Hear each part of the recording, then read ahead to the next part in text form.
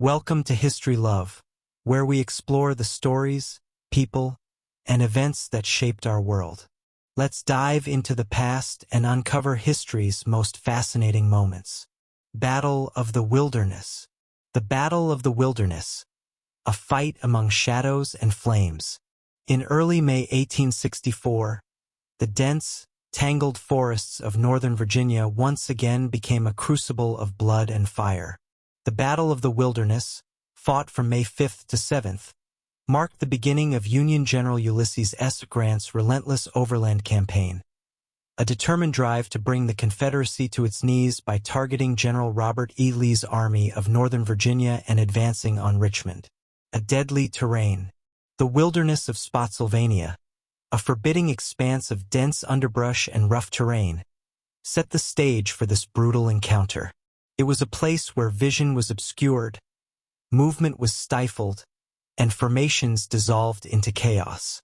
It was also the site of Lee's triumph at Chancellorsville a year earlier, a memory that emboldened the Confederate commander. Grant's Army of the Potomac, nominally led by General George Meade but under Grant's direct control, crossed the Rapidan River on May 4th and advanced toward the Wilderness Tavern. Grant, who sought open ground where his superior numbers and artillery could prevail, was drawn into a fight in the wilderness by Lee, who knew its dense woods would neutralize the Union's advantages and provide cover for his smaller force. The battle begins. On May 5th, the armies collided. What ensued was a chaotic series of small-scale skirmishes, with units becoming lost or separated in the tangled forest. The smoke of gunpowder mingled with the flames of fires sparked by exploding shells, creating an apocalyptic scene. Soldiers fought hand-to-hand, often unable to see their adversaries until they were face-to-face. For 2 days, the battle raged. On May 6th, Confederate General James Longstreet, one of Lee's most trusted commanders, was wounded by friendly fire, just 4 miles from where Stonewall Jackson had suffered the same fate the previous year.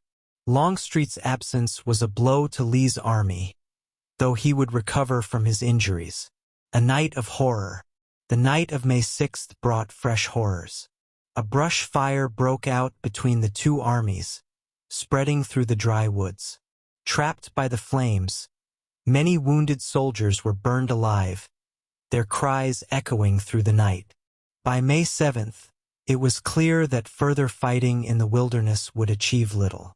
Grant, undeterred by the staggering losses, made a decision that would define his leadership. Instead of retreating as his predecessors had, he ordered his army to press southward, setting his sights on the crossroads at Spotsylvania Courthouse. Casualties and consequences. The Battle of the Wilderness was inconclusive, but its toll was staggering. 17,000 Union casualties and 13,000 Confederate losses. For Lee, every soldier lost was irreplaceable, while Grant's larger forces could absorb the losses. The Wilderness set the tone for the Overland Campaign, a grinding war of attrition that would bleed the Confederacy dry. For President Abraham Lincoln, the cost of the battle was almost unbearable. "This suffering, this loss of life is dreadful," he lamented. Legacy and preservation. The horrors of the wilderness lingered long after the war. In 2010, a preservation campaign saved much of the battlefield from development, ensuring that future generations could walk the same woods where soldiers fought and died. Yet, the land remains a contested space, with ongoing debates over its use, reflecting the enduring legacy of a battle that changed the course of the Civil War. The wilderness was not a victory for Grant, nor a defeat for Lee. It was a grim prelude to a relentless campaign that would ultimately spell the end of the Confederacy. Among the shadows and flames of the wilderness, the war's final chapter began to take shape. Thanks for joining us on this journey through history. If you loved this story, don't forget to like, comment, and subscribe to History Love. Together, let's keep the love for history alive. See you in the next chapter.